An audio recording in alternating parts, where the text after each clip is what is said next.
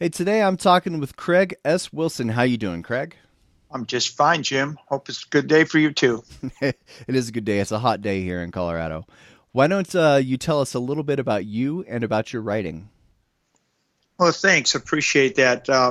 Actually, I've been married coming up on 10 years with Melissa G. Wilson, and she's a publisher and an experienced writer. She's written 17 books and helped publish over 100. And if you're going to be married to her, you're going to write books.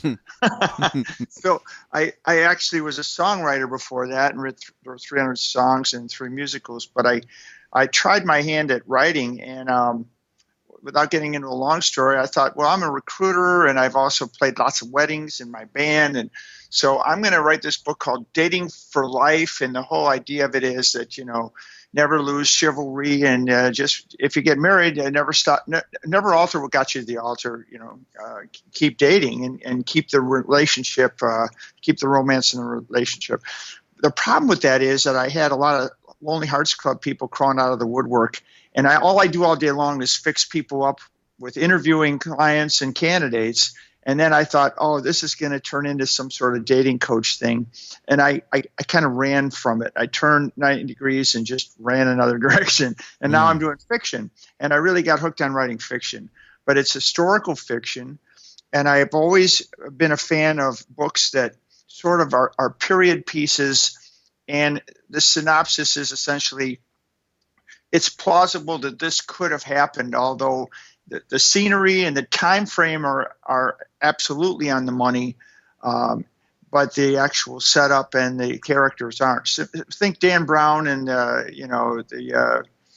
some of what he does, heavy research, Da Hmm. Vinci Code, but it's not really true. But there are so many people that almost believe it to be true that they do the tour in Paris and everything else. So Hmm. those are always fascinating books for me. So I've got your Amazon bio here in front of me, and I want to read one little paragraph and then let you fill in the rest of the story. The Lucas Roca thriller series was inspired by a true story when Craig was sent on a business trip to Brazil. The first person Craig ran into was a scraggly street kid who tossed dust on his shoes, then asked him in pidgin English if he wanted his shoes shined. Craig humored him, but when the kid was done, he asked for a tip that was 20 times the going rate. Craig haggled until agreeing to give the kid $5, and as soon as Craig pulled out his money clip, the kid snatched it and ran like the wind. What happened next? Well, what he didn't know was I was doing triathlons at the time. So the good news is he started going up the hill, and I'm on the beach area right where actually Sheridan Rio is right in Vidigal Beach. And he just started heading up the hill, and I just started following him. And so I was kind of like T3 in Terminator, he just kept looking back, and I just kept coming. And so he'd go through, and the streets, there's no streets. They get narrow pathways, and you start realizing these are places that are built on cliffs almost. And so these are dwellers that moved in 20, 30 years ago. It's just, core tin roof and just thrown together. And literally got way up into the favelas. And he kind of backed into a corner where the particular pathway ran into a dead end. And so he pushed an old lady over, threw the money up in the air, and headed down another side little pathway. And so I helped the lady up, pick my money up. And what blew me away is she scolded me. And she said, Hmm. never encourage the street rats. You only make the problem worse. Hmm. And I thought, whoa. So you realize when you're on a beach, you've got palm trees and an ocean, and you could think it's Hawaii or some other place. And I realized then and there this was a wholly different world. And it took me a long way to find my way back. And so I was in these favelas, and they're nice people and dwellers, but you don't want to be there at night. And it depends on the favela you're in, but you can literally see 12, 13-year-olds toting automatic rifles on their shoulders. Um, it's pretty mind-blowing. So it kind of, when I decided to write fiction, I thought about what if this was a character and it happened to this person, and all of a sudden, he got thrown into the market in that such a way, and then it kind of went from there. So it's a fictional story. I had written originally a treatment of it for the 80s, and I decided to update it and make it a 4-book series, kind of couched around the preparing of Rio for the Olympic bid, and they're clearing out favelas. So what you have is really poor people with very few choices on how to make money other than peddle cigarettes on the beaches, sell fruit, or pickpocket. And then you've got the drug gangs. And the drug gangs, of course, are making pretty good money by peddling cocaine and marijuana. And if you're a kid and you need to survive, those are your choices. They're not very good. And so combined with that, some of the areas where they're living are being cleared out by the government to make room for parking lots and stadiums for the Pan American Games and the Rio Olympics. So it's pretty amazing scene, because looking out over all of it is, of course, the Christ Redeemer statue, one of the great man-made wonders of the world, looking out over everything with those arms extended. And so what Cristo Redentor is seeing below is a whole lot different than you might think. So today we're actually going to be talking about your favorite thriller, and we talked about this beforehand, and you wanted to talk about The Godfather by Mario Puzo. Now, I'd never heard of this book before. Just kidding. Yeah. Could you? Obviously, everybody's heard of The Godfather, and I've seen the movies. And I actually read a book. I haven't read the Godfather book, but I read a book. I guess after Mario Puzo died, they had somebody else write a book in the series where it's like filling in the blanks between The Godfather 1 and 2. And I remember reading that a long time ago. It talked about the thing Fredo's side business that ended up getting him whacked in book 2. Sorry, spoiler alert.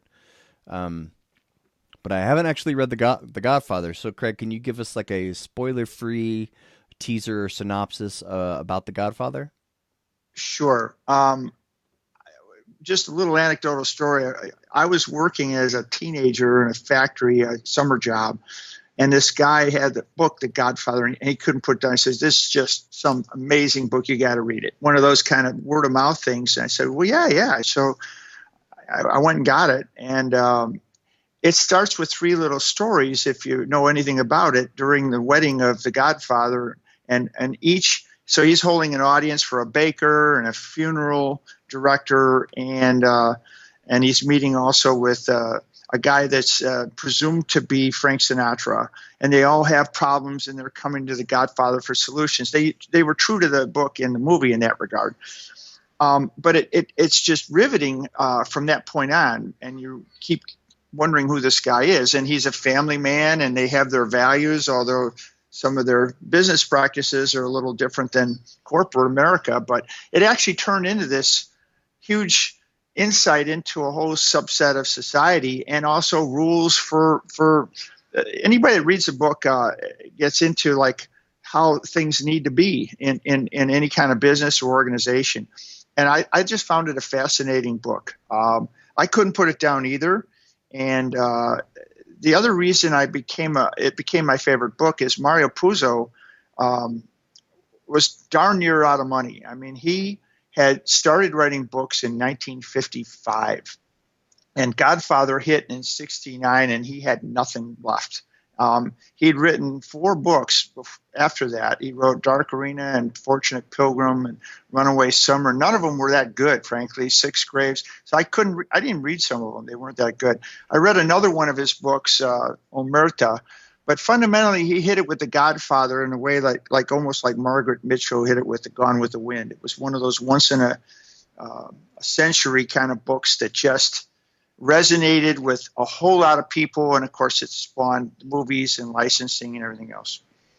It was a comeback for Marlon Brando, actually, playing Don Corleone. So just a fascinating book, and I've always loved that kind of book, and to kind of parallel it, I don't think that kind of book would make it as well today unless the author were already established. It's a sad truism, especially for you authors out there that are writing books, because my first attempt at this book that I wrote was just a thing called Rio.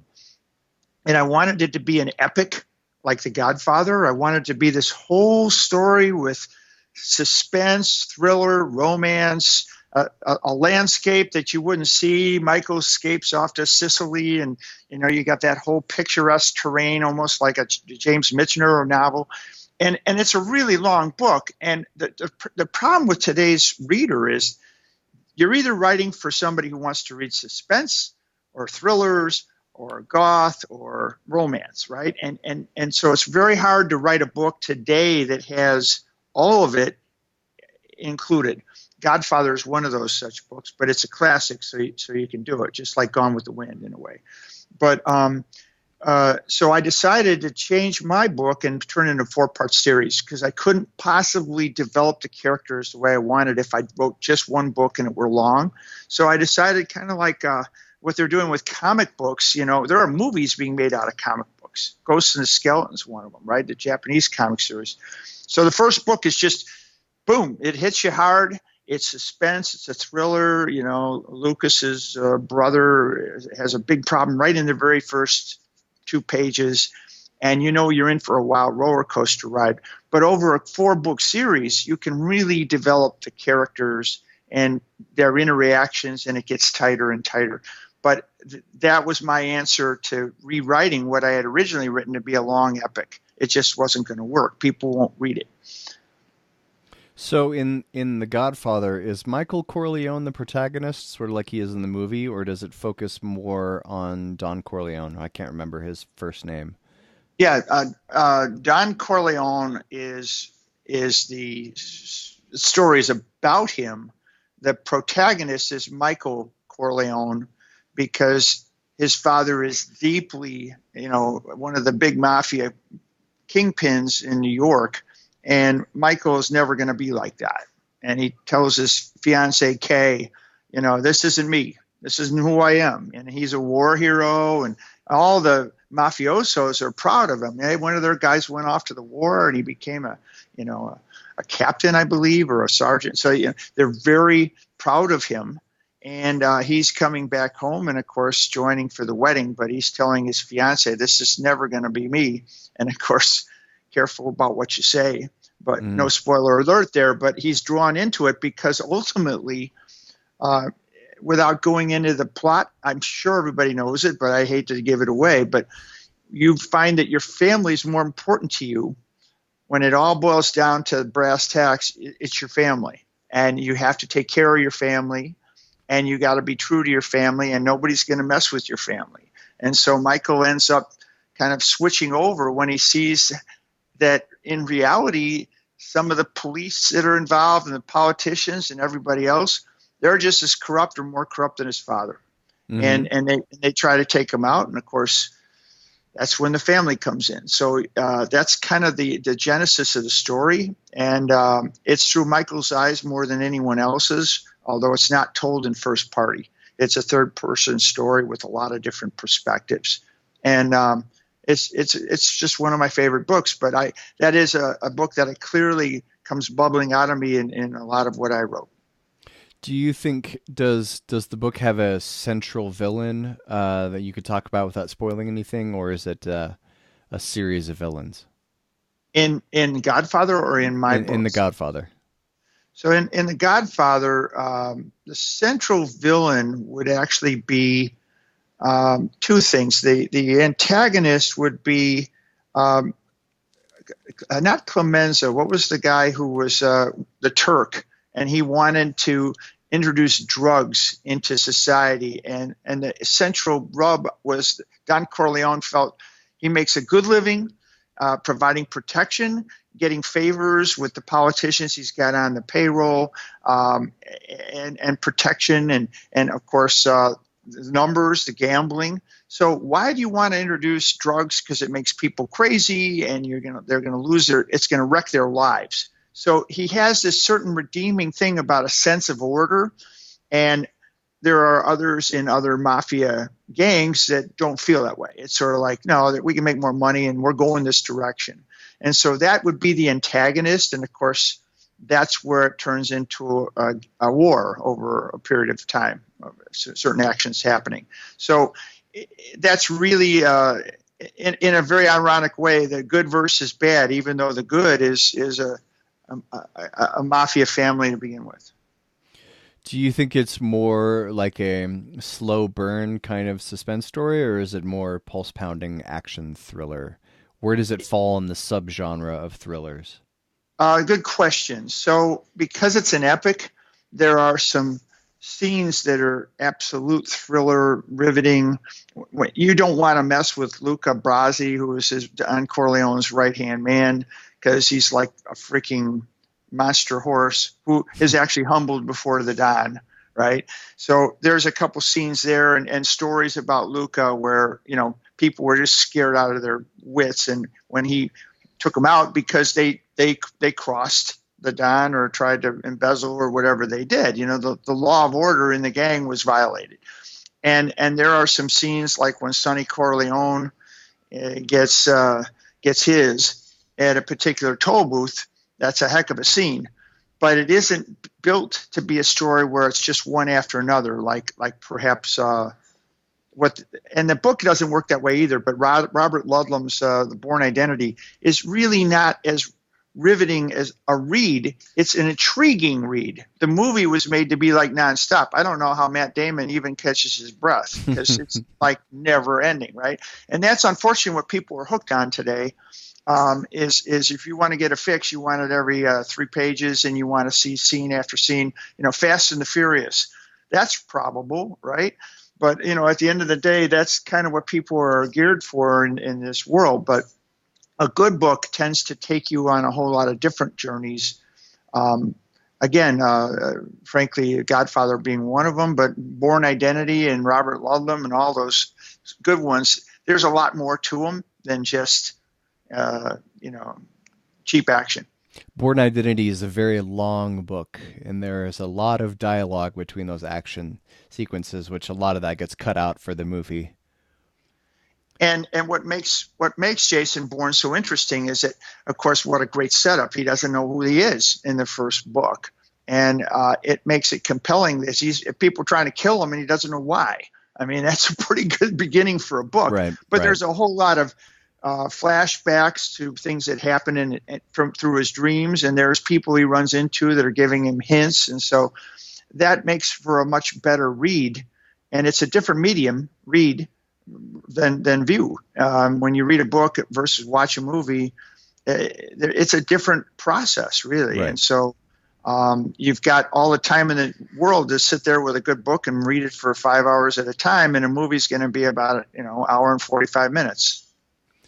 Does The Godfather have a theme, an easily recognizable theme? I don't want to make you feel like you're in high school writing a paper on The Godfather, but does The Godfather have a recognizable theme? I thought about that question, and the real theme is do what you say you're going to do. That's the true theme. Although the one that everybody ran with was, I made him an offer he couldn't refuse, and it's a great line. And basically, his consigliere, who's Tom, played by Robert Duvall, who played it brilliantly. So it's all business. It's like we have a proposition for you, and we want to do this, and in exchange, we would do this, and you can come and call on me in the future. And so they treat it like a business. Mm-hmm. Only when you just say screw you and go, get screwed, and then we're not going to do it, and blah blah blah. And then of course there are consequences. But it's much more about we can make this thing work. That's their approach.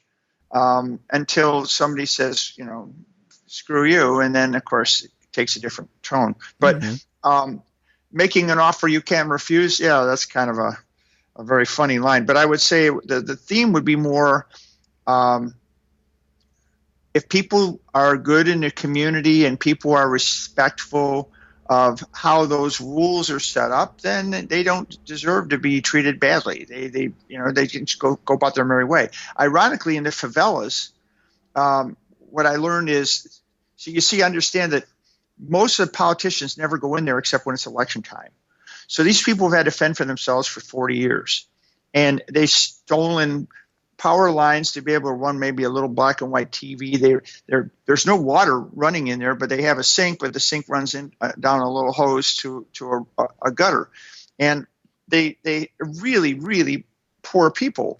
And usually the person on the hill that's at the very top of the hill is a drug lord, because the roads are so narrow, you can't get there by car, by motorcycle. You can't even get there by helicopter because it's so dense. So when people are trying to do a raid on a given hill, the drug lord that's at the top has already gotten word from everybody. He's not there when they arrive. And so there is a sense of this weird sort of order where there are rules, and you don't steal from one another in your community. Mm-hmm. And if you do, there are consequences. You might get your fingernails pulled out the first time, and the second time you get acid thrown on your hand. That's just the way it is. But if you abide by the rules, you're going to be okay. And so in a strange sense, it's very similar. And ironically, as I got more and more into writing the book, I started really thinking about the question of how does someone who's not legally empowered or elected to be the leader of a group of people, how do they hold power? Mm-hmm. And they do. And there are guys in gang leaders that are in jail that are still running gangs. And it's fascinating to think how that works, but it does. It's all over the world. Gangs in little street corners, big drug cartels. And the gangs in Rio, there's a certain person that becomes the elected person, and he's the quote unquote Godfather of that little area, and people respect him or they're in trouble. And it's a weird order of things, but there is an order of things, or you'd have total chaos. So about The Godfather, what's the one thing that makes it stand above any other thriller you could have picked to talk about today? That it, as a book, and the movie follows it pretty closely, that there's an order of things, and this guy is a very powerful leader and respected, but doesn't really want violence. And his son, the one son that's not in the gang, has nothing to do with it. He's not going to be involved, and the full circle at the very end, where the scene where Kay, his wife, says, "You're not involved in this, right?" And he gives her a straightest look possible. He says, "No, Kay, that's not what I do." And then he walks in the room, and the door shuts from behind. And just as it's shutting, she sees the guys kissing the Don's ring, and of course, her husband's the new Godfather. It can't be more of a full circle story where you go, "Whoa," because obviously.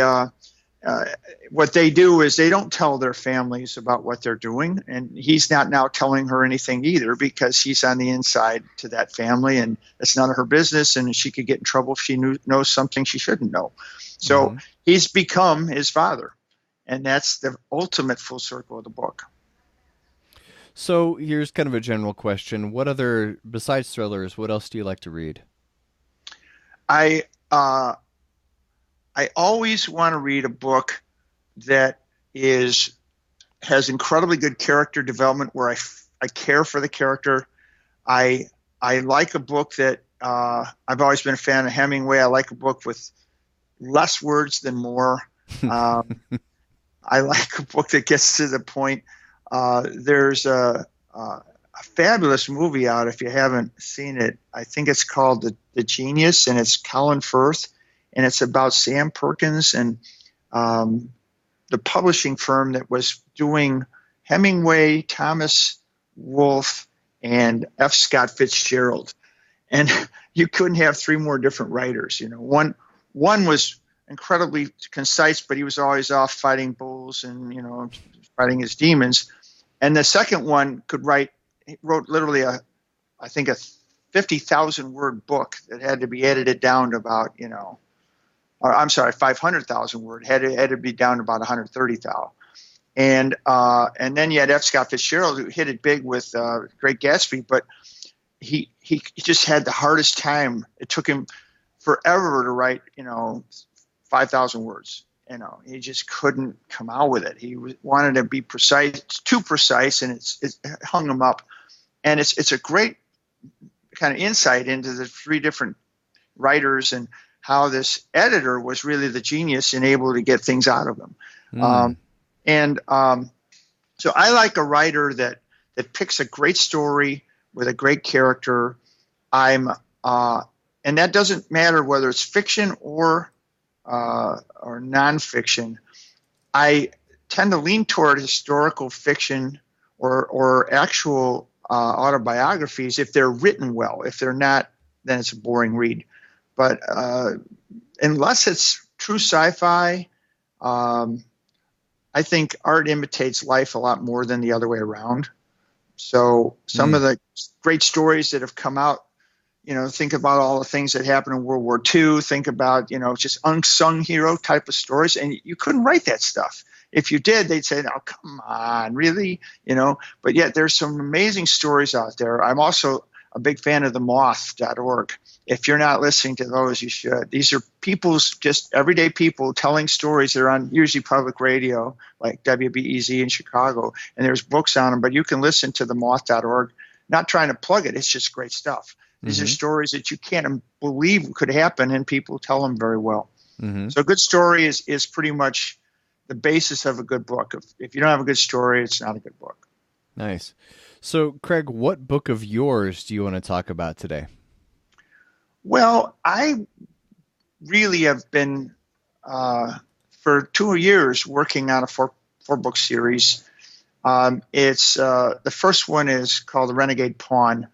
And it kind of starts out where I mentioned to you earlier, where this American comes into Brazil on a trip to actually find his heritage because he was adopted from an orphanage way back. And he is a drug agent an undercover drug agent in Boston on leave because of a bad deal gone down, and there's a commission looking into it. So he takes time to go down to Brazil to find his heritage. And a kid picks his pocket their very first day he's there. And so their lives are sort of intersected in ways that nobody could predict. There's a little bit of romance, although I scaled it back, but some good romantic scenes. But it's really about, and the protagonist, if I would say so, is Lucas Horshaw. And Lucas is a street kid who just before picking this guy's pocket watched his brother killed by a death squad for stealing from store owners and who hired these off-duty cops to go into favelas and take out thieves that are robbing from them. And so he's watched his brother get killed, and he's got two twin sisters, and he's on his own. He's got to take care of them. They're 6 years old. And so sometimes good people do bad things for a greater good. And that is kind of the whole premise of the story. But I got to tell you, the reason I really had such a good time writing it is true to any historical fiction. You start studying, well, where do the drugs come from? And are they buying from Colombia? And who are they? And you start it takes a life of its own, but you can't believe the big money that's involved, not necessarily in Rio, but in providing drugs to Rio or providing drugs to the American market or European market, and how where the paper feed is. And I did a lot of homework. I hope this doesn't happen to me, but there's some stuff in the book that's pretty telling and predictive. I remember one time the CIA called on Tom Clancy, and they said, "We have a word with you." And he said, "Why?" He said, "Well, your last book, there's no way you could have known all these things. Now, where's the leak in our organization?" And he's like, no, I just did my homework, And it's pretty incredible what's going on when you do your research, and it's heavily researched books like a Dan Brown. You really get into some meat and potatoes of the drug situation. I never realized, but did you know that who the biggest drug exporter was in the Vietnam War? Who? The CIA.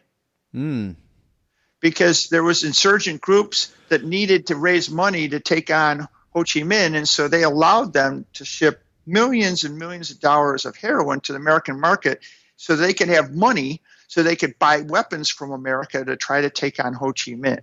Hmm. That's mind blowing. And meanwhile, the DEA over there is going, no, you can't do that, man. But guess what? One agency overruled the other. And Yeah. so you start seeing these things and you're doing your homework and you're going, wow, it's a lot different than I thought. And the way the money's laundered, and it's money. So money always takes a life of its own. And, money matters to various banks and et cetera, billionaires. And so it was an interesting experience writing the book. It was a lot more than I thought when I just got my pocket picked many years ago. Some of those best stories have a little element of truth to them, right? A little autobiographical element to give it that extra juice, right? Oh, these are very highly plausible reasons behind what's certainly a fictional story. Mm-hmm. Well, excellent, Craig. Thank you so much today for coming on Your Favorite Thriller to talk about your favorite thriller, The Godfather, and also telling us about Renegade Pawn. It sounds like a really interesting story. But thanks a lot for coming on, man. I appreciate having you on the show. I was glad to be your guest, and I enjoyed it thoroughly, and I hope we can chat again. Thanks, Craig. Be good.